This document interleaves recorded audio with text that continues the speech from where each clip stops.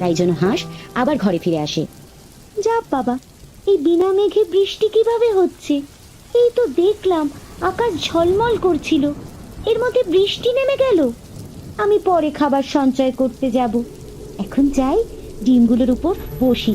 যদি বেশি তা দিলে তাড়াতাড়ি বাচ্চাগুলো বেরিয়ে আসে, আমি তো ভেবেই খুব খুশি। এই বলে হাঁস তার ডিমগুলোকে আঁকড়ে ধরে বসে থাকে এবং অত্যধিক আনন্দে নিজের মনের কথাবার্তা বলতে থাকে। তোদের আমি অনেক ভালোবাসবো। তোরা তাড়াতাড়ি ডিম থেকে বেরিয়ে আয়। তোদের একজনের নাম রাখবো গুড্ডু, আরেকজনের নাম রাখবো পিঙ্কি। খুব সুন্দর নাম, তাই না? তোদের মা নাম রেখেছে, ভালো তো হবেই। ধুর, তখন থেকে ঘুরেই যাচ্ছি, একটা শিকার পর্যন্ত পেলাম না। বর্ষায় সব ঘরের মধ্যে ঘুমিয়ে পড়েছে নাকি, আর আমি একাই খালি এভাবে ঘুরছি নাকি? মনে হচ্ছে আজকে আর কিছু জুটবে না। যাই, বাড়ির দিকে যাই। এই রে, আমি তো শেয়ালের সামনে চলে এসেছি। এবার আমি কি করে বাঁচবো? দেখে তো মনে হচ্ছে খুবই ক্ষুধার্ত। আজকে আর আমার নিস্তার নেই গো। অনেক খোঁজাখুঁজির পর একটা পেয়েছি, আর ছাড়া যাবে না। এই মুরগি, পালাতে গেলে কিন্তু এমনি মরবি। চুপচাপ আমার কাছে চলে আয়। শেয়াল, তুমি আমাকে মেরো না।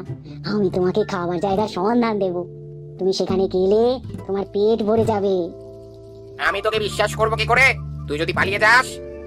পালিয়ে আর যাবো কোথায়? তুমি তো এত বুদ্ধিমান, তুমি তো ঠিক আমায় খুঁজে বের করবে গো। তখন আমি কি করব? আমি পালিয়ে যাব না গো।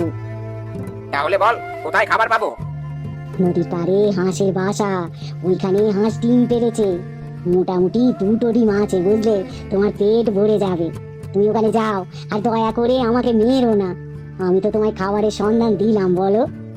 বাহ, হাঁসের ডিম! তাহলে তো বেশ ভালোই হলো। ঠিক আছে, আমি যাচ্ছি। পরে যখন খাবারের অভাব হবে, তখন তোকে মেরে খাবো।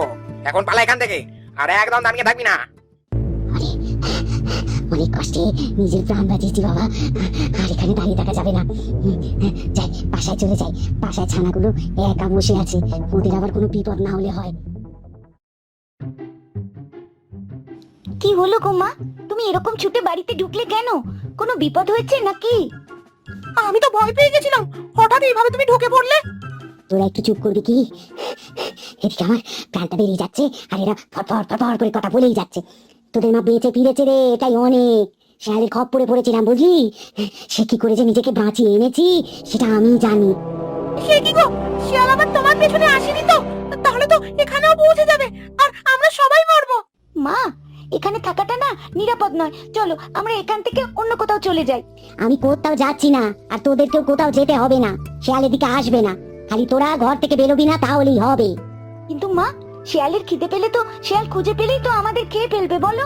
আরে মাথা মোটা, ওই জন্যই তো মা বলছে বাড়ি থেকে বেরোবি না।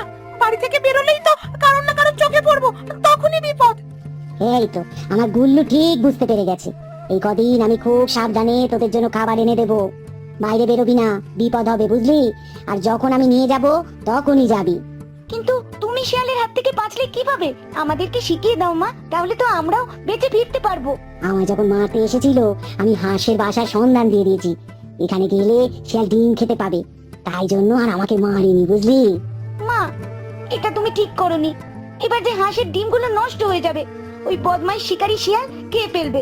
যার যাবে যাক, আমরা বাঁচলেই হলো। নিজে বাঁচলে বাপের নাম। এই তো বৃষ্টি থেমে গেছে। এবার যাই, দেখি খাবার সঞ্চয় করে রাখতে হবে তো। আমার ছোট ছোট বাচ্চাগুলো না হলে খাবে কি? যাই, বাইরের দিকে যাই। হাঁস বাইরে চলে যায় এবং বাসায় প্রবেশ করে শিকারী শেয়াল। সেখানে 2টো বড় বড় ডিম দেখে শেয়ালের মুখ থেকে পানি পড়তে থাকে। আরে, মুরগি তো তাহলে ঠিক খবর দিয়েছিল। এখানে যে দুটো বড় বড় ডিম, আর এখন হাঁস এখানে নেই। এখানে বসে বসেই খেয়ে ফেলি। নিশ্চয়ই হাঁস খাবারের সন্ধানে গেছে, আসতে দেরি হবে। ততক্ষণে আমি খেয়ে পালাবো, এ খেয়েছে জানতেই পারবে না। শেয়াল বসে বসে আয়েশ করে একটা একটা ডিম খেয়ে ফেলে। ডিম খেয়ে শেয়ালের পেট ভর্তি। এবারে শেয়াল হাঁসের বাসা থেকে বেরিয়ে পড়ে। বেরোনোর সময় মা হাঁস সেটা দেখতে পায়। আহ, ভোজনটা বেশ ভালোই হলো।